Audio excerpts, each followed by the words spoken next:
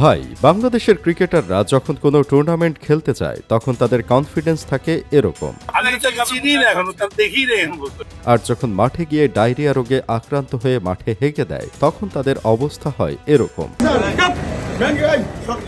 তবে যাই হোক, আমাদের এই কাকাকে তো আপনারা চিনেন, তাই না? উনি ত্রয়োদশ সংসদ নির্বাচনে কুমিল্লা ৪ আসনে বিএনপি থেকে এমপি পদপ্রার্থী ছিলেন। মনোনয়ন পাওয়ার আগে তাকে সাংবাদিকরা তার প্রতিদ্বন্দ্বী হাসনাত আব্দুল্লাহর সম্পর্কে জিজ্ঞাসা করছিলেন। তখন তিনি উত্তর দিছিল, আমি তো হাসনাত আব্দুল্লাহকে চিনি না, তাকে এখনো দেখিনি, আমার সঙ্গে ওই ছেলের পরিচয় নেই, আমি ইন্টারেস্টেডও না। কিন্তু পরে দেখা গেল আমাদের এই অ্যাটিটিউড আলা কাকা ব্যাংক ঋণ খেলাপিতে জড়িত, আবার সেটা গোপন করে বড় বড় লেকচার মারছেন। কাকার এক পা কবরে চলে গেছে, কিন্তু ব্যাংকে গরিব মানুষের টাকা মেরে খাওয়ার অভ্যাসটা চায় নাই। আর এই কারণে কুমিল্লা ৪ আসনে বিএনপির প্রার্থী মঞ্জুরুল আহসান মুন্সি মনোনয়ন বাতিল করা হয়েছিল। মনোনয়ন বাতিলের সিদ্ধান্ত কিছুতেই মানতে পারছিলেন না বিএনপি প্রার্থী মঞ্জুরুল আহসান মুন্সি। নির্বাচন কমিশনের ১৭ জানুয়ারির সেই আদেশটি স্থগিত চেয়ে এবার তিনি উচ্চ আদালতের দ্বারস্থ হয়েছেন বলে জানিয়েছিলেন তার আইনজীবী হামিদুল মিসবাহ। নাটকীয় এই ঘটনার শুরুটা হয়েছিল রিটার্নিং কর্মকর্তার কার্যালয়, যেখানে প্রথমে তার মনোনয়ন পত্রটি টিকেই গিয়েছিল, কিন্তু বাদ সাধেন প্রতিদ্বন্দ্বী প্রার্থী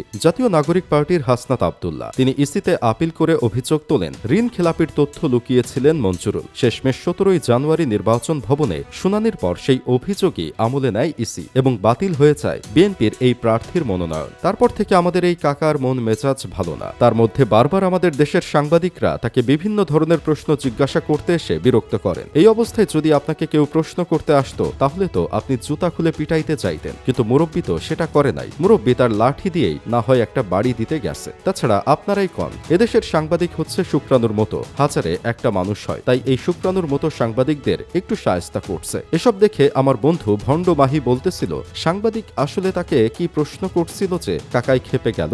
সাংবাদিক কি আসলে কোনোভাবে বলছিল, এখন কি আপনি হাসনাত আব্দুল্লাহকে চিনতে পেরেছেন? না মানে তাকে এখন এই প্রশ্ন না করলে তো আর এভাবে খেপে যাওয়ার কথা না। তবে যাই বলেন ভাই, যেইভাবে কনফিডেন্স নিয়ে আমাদের এই বুড়া কাকা ভাব নিছিল, এখন হয়তো একটু ভালো করেই চিনতে পারছে হাসনাত আব্দুল্লাহ আসলে কে। কিন্তু কাকার ভাবসাব দেখে রিনা খানের মতো শুধু বলতে ইচ্ছে করতেছে যে বুইড়ার এক পা কবরে গেছে গা, তাও জোর কমে না। এই কাকার ঋণ খেলাপির জন্য মনোনয়ন বাতিল হলেও আরো অনেক বড় বড় ঋণ খেলাপিরা ঠিকই মনোনয়ন বৈধতা পেয়েছে। ১৭০০ কোটি টাকার ঋণ খেলাপি নিয়ে মনোনয়ন বৈধতা পেয়েছেন আসলাম চৌধুরী। এছাড়াও শোনা যায় আরো ৪৫ ঋণ খেলাপি ওরফে ব্যাংক লুটকারী ব্যাংক চোরদেরকেও নাকি মনোনয়ন বৈধতা দেওয়া হয়েছে। এসব বিষয় আবার নির্বাচন কমিশনার আবুল ফজল মোহাম্মদ সানাউল্লাহ জানিয়েছেন, মনে কষ্ট নিয়ে ঋণ খেলাপি প্রার্থীদের ছাড় দিয়েছেন। ভাইরে, এদেশে কি এখন কমেডি চলে নাকি? ব্যাংক চোরদেরকে নাকি মনে কষ্ট দিয়ে ছাড় দিচ্ছে তারা। এসব না বলে সোজা বাংলায় বলেন যে ব্যাংকের লুট করা টাকার ভাগ পেয়ে তাদের ছাড় দিচ্ছেন। সোজা সত্য কথা বলতে শিখেন, মিথ্যা বললে মানুষ বুঝে যায় এখন। তবে এখন বিচার আপনাদের হাতে। এসব চোরদের দিয়ে আপনারা দেশ চালাবেন নাকি ভালো মানুষ দিয়ে চালাবেন সেটা আপনাদের হাতে।